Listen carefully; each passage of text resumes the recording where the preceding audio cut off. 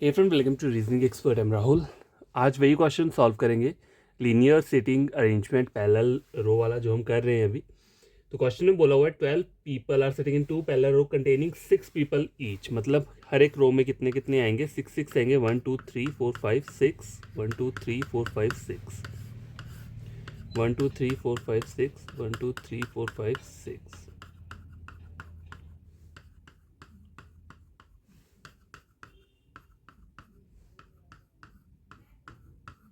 ठीक है, आगे क्या बोला हुआ है?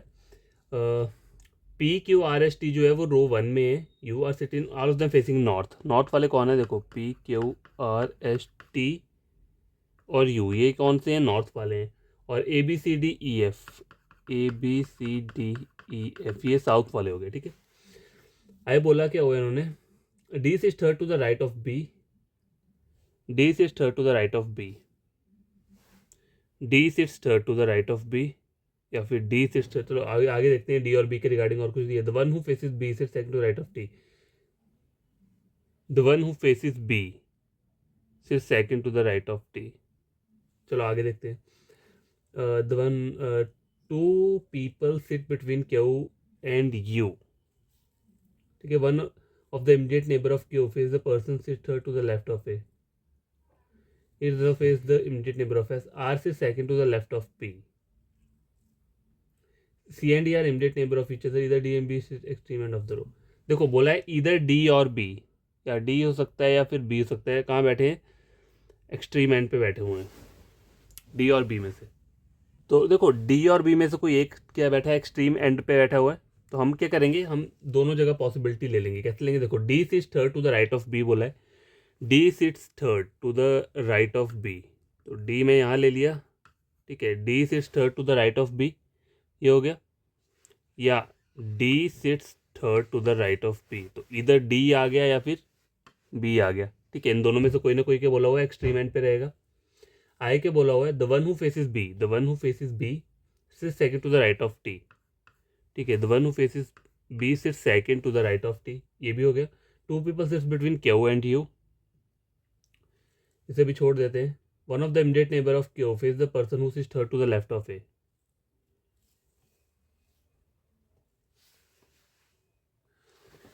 तो गैस इन्होंने बोला हुआ है कि क्यू और यू जो है ना, वो क्या है, उनके बीच में क्या है, दो पर्सन बैठे हैं क्यू और यू के बीच में। ठीक है, लेकिन उनमें से बोला है कि क्यू और यू दोनों ही बोला एक्सट्रीम एंड पे क्या है, नहीं बैठे हैं। तो देखो अब यहाँ पर अगर आप चेक करोगे, ठीक है, तो क्यू अगर मैं यहाँ लिखता हूँ तो यू को यहाँ आना चाहिए, क्योंकि इन दोनों में से कोई भी एक्सट्रीम एंड पे नहीं आएगा। तो इसका मतलब क्या है? ये वाला डायग्राम क्या हो रहा है? गलत हो रहा है। अब देखो, हो सकता है क्यू यहाँ हो और यू यहाँ पर हो, मुझे नहीं पता, लेकिन अभी मैंने इसे जस्ट बना दिया। अगर कोई प्रॉब्लम होगी तो मैं इसको स्विच कर दूंगा। ठीक है, इन दोनों को।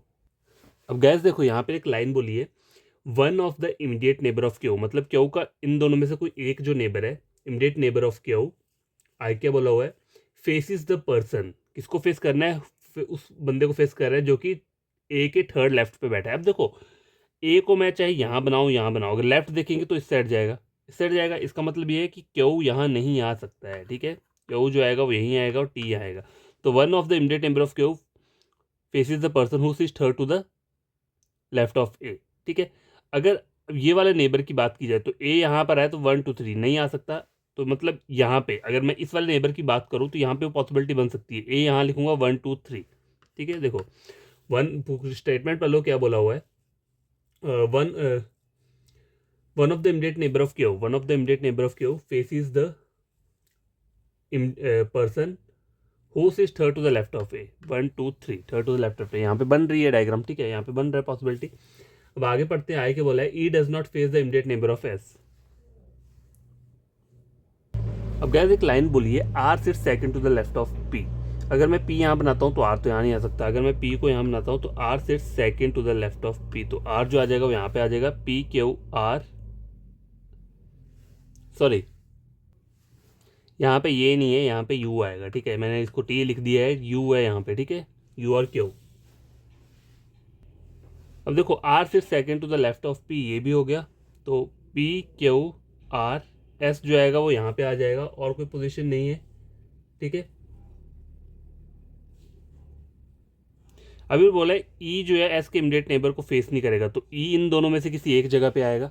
ठीक है, अब बोला है इन्होंने सी और ई क्या है, इमीडिएट नेबर है, ठीक है, सी और ई इमीडिएट नेबर है तो वो यहीं पर आएंगे और कहीं नहीं आ सकते। लेकिन पॉइंट इसमें क्या याद रखने वाला है कि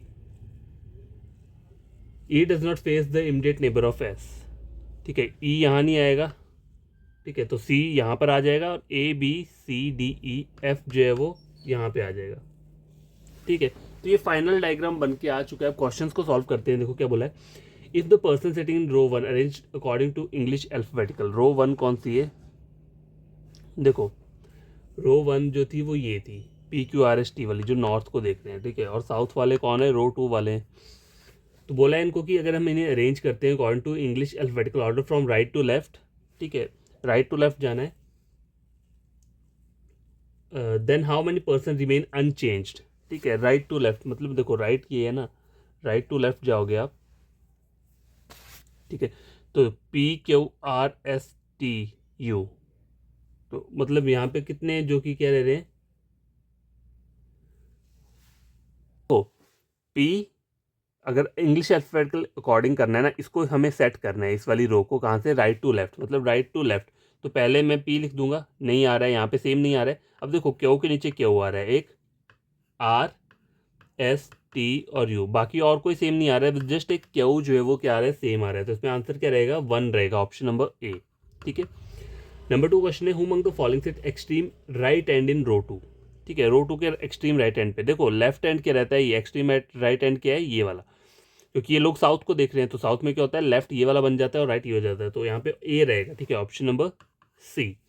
4 of the following five like in a certain way, ठीक है, ये वाला क्वेश्चन करना है। तो इसमें यूपी बोला हुआ है, पहला वाला जो बोला है यू और पी बोला है, तो यू और पी एक साथ आ रहे हैं, टी और क्यू ये भी एक साथ है, सी और ई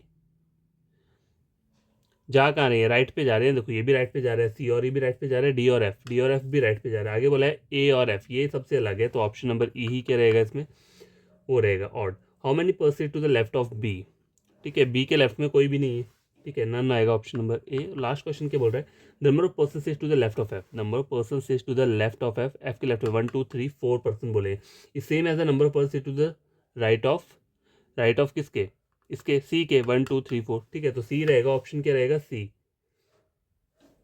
अच्छा यहाँ पे ऑप्शन क्या बोला है इन्होंने, रुको देखने दो एक बार, नीचे मुझे चेक करना पड़ेगा नीचे वाले में, ठीक है, देखो the number of person to the left of F, देखो एफ के लेफ्ट में कितने आ रहे हैं, 4 आ रहे हैं, इस same as the number of person to the right of. अब मैं अगर राइट देखूंगा यहाँ पे अगर चेक करूँ तो राइट ऑफ सी होना चाहिए, लेकिन सी ऑप्शन नहीं दिया, तो मुझे राइट यहाँ पे चेक करना पड़ेगा, तो राइट ऑफ यू देखोगे तो 1 2 3 4, तो यहाँ पे यू दिया है ऑप्शन नंबर बी में।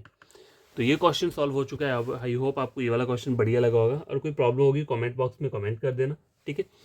और मैंने ये आपको करवा दिया है, अभी 2-3 और क्वेश्चन जिसके रहते हैं पैरेलल रो वाले वो भी हम कर लेंगे। उसके बाद क्या करेंगे हम, फिर मेंस का जो एक्सरसाइज रहता है थोड़ा वो वाला स्टार्ट करेंगे, ठीक है। अभी इसके थोड़े क्वेश्चंस हैं, फिर मेंस वाला देखेंगे मेंस के क्वेश्चंस कैसे रहते हैं। तो ये जो है ये जस्ट प्री लेवल वाला क्वेश्चन है, ज़्यादा वो नहीं है, लेकिन हाँ टफ तो है, ये भी ऐसा नहीं बोल सकते कि थोड़ा मतलब डिफिकल्ट नहीं है। प्रैक्टिस जितनी करोगे उतना ही क्या रहेगा, बेनिफिशियल रहेगा। तो ठीक है, आपका कोई फ्रेंड कजन पढ़ना चाहता है रीजनिंग, मेरे चैनल रेकमेंड कर सकते हैं रीजनिंग के लिए, ठीक है। Thank you.